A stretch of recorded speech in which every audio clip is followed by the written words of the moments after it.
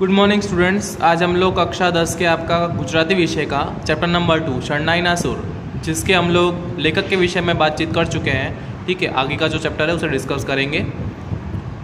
तो चैप्टर पढ़ने से पहले मैं बता दूं कि हम लोगों ने अभी तक सिर्फ ये समझा था कि लेखक ये जो पूरा चैप्टर है वो एक ऐसे व्यक्ति के ऊपर बेस्ड है, यानी कि ऐसे व्यक्ति के ऊपर लिखा गया है जिसका जो नाम है रमजू मीर है, जो कि शहनाई बजाने का कार्य करता है। और जब वो कहीं पे शहनाई बजाने एक बार गया, उस समय की घटना बताई गई है कि किसी लड़की की शादी में जब वो शहनाई बजाने के लिए पहुंचा तो वहाँ पर उसको ये सब कुछ देख के अपनी बेटी की बहुत याद आ गई, जो कि कई वर्षों पहले जो है वो मर चुकी थी, उसका देहावसान हो चुका था। So let's start.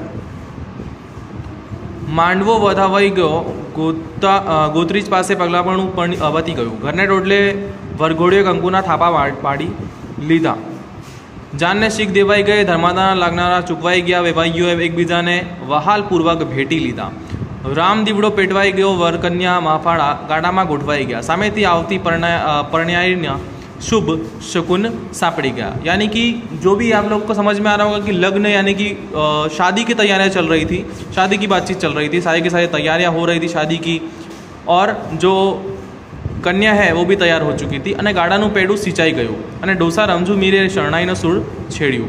तो आप लोग को पता है कि जहाँ शादी का घर होता है वहाँ पे शहनाई तो अवश्य बजती है। तो जब शादी का घर था तो वहाँ पे रमजू मीर को जो है शहनाई के लिए बजाने के लिए बुलाया गया। शहनाई बजाने के लिए रमजू मीर वहाँ पहुँचे और उन्होंने अपनी शहनाई बजानी शुरू कर दी। ढोलिए ढोल पर दांडी पाड़ी, सुहागणोए गीत उपाड़्યું અને गवरीनी जान उगली गई। और जो गवरी है जिसकी शादी हो रही है, ठीक है, तो अब उसकी शादी की तैयारी अब शुरू हो चुकी है, मतलब ढोल बजने लगे हैं, शहनाई बजने लगी है, और जो सुहागन औरतें हैं वो अपने गीत गाने लगी है। गाम गामडाने साकड़ी शेरी में कोईना घरनी पछीत कोईना करा साथे गको अफड़ावतु गाडू भाण माण करीने शेरी सोसरवू निकळ्यो। त्यां तो मीरने शरणाई सांभळीने आजूबाजूना बेराओ वर राजाने जोवा एकठा थई गया था। तो आप लोग को पता है कि अब जो है शादी हो जाती है, उसके बाद में जो है उसकी जो बारात होती है वापस जाती है, यानी कि विदाई होती है तो बारात वापस जाती है। तो बारात अब क्या है, वो लोग क्या कर रहे थे, पूरे गांव में उनकी बारात घूम रही थी, मतलब कि सब लोग उनको देख रहे थे और शहनाई भी जो है बजाई जा रही थी। लाजना लामा घूमटाમાં જોઈ શકાય એટલું ઝીણી નજરે જોઈને તેને કહેતો હતો, આ ભૂતર મેરાઈનો જમાઈ ગવરીનો વર હાથમાં તલવાર લઈને કેવો બેઠો છે। ठीक है, तो सब लोग जो है उनको देख रहे थे, उनके बारे में बातचीत कर रहे थे। नाक ऊपर नियम मुजब मेलो ढोल दाद लेवो आडो फरीने फरीने ऊभो હતો। रमजूए पण श्वास फूटीने शरणाई दबाई, कन्या पक्षनी स्त्रीओए गीत उपाड़્યું। अब जो है रमजू मीर ने अपनी शहनाई बजानी शुरू की और जो लेडीज़ है उन्होंने गीत गाने शुरू किए। देखो यहाँ पे उनके जो कुछ गीत है वो लिखे गए हैं। वर पक्षनी जाने दिए सामू गीत मांड्यू, ये जो गीत है आप लोग पढ़ सकते हो कि यहाँ पे क्या लिखा गया है, ये गुजराती में उनके गीत है। गीतनो सुर વધારે वेदक था कि शरणाईने एक नक्की करवू श्रोताओं माटे मुश्किल बनी रह्यो हतो। तो एक तरफ से लोग गीत गा रहे थे, एक तरफ से शहनाई बज रही थी, एक तरफ से ढोलक बज रहे थे, तो सब कुछ मिक्स हो गया था और लोगों के लिए पहचानना मुश्किल था कि कौन अच्छा गा रहा है, कौन अच्छा ढोलक बजा रहा है, या कौन जो है शहनाई अच्छी बजा रहा है। मीरे शरणाईनी तो एवी तो रमझट जमावी हती कि वरना बाप पण एना रसास्वादमां दाद आपवानुं विसरी गया। तो रमजू मीर ने इतनी अच्छी शहनाई बजाई कि जो वर राजा थे, यानी कि जो दूल्हा था उसके पिताजी जो है उनके जो स्वर थे वो शहनाई के स्वर में वो खो गए। परिणामे गीतों અને ઢોલ ચરણાઈનો સારી વાર સુધી તાસીરો જ બોલી રહ્યો। આખરે જ્યારે વરના બાપનો હાથ કોથળીમાં ગયો ને રમજુના હાથમાં પાવલી પડી ત્યારે તે જ એણે પીઠ ફેરવીને જાન આગળ ચાલી। तो जो शहनाई बजाने वाले होते हैं वो ऑब्वियसली पैसों के लिए ही काम करते हैं।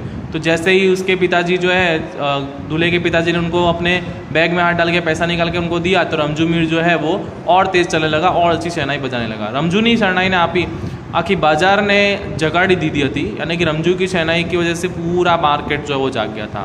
कामठा व्यापारीओ हजार काम पड़ता मेलीने उगलती जान ने अवलोकवा दुकान ने उभरे आवी ऊभा। सारे दुकानदार जो उनको देखने लगे। आखू सरगस अत्यारे जाजल्यमान रंगो वडे सोहाતું હતું।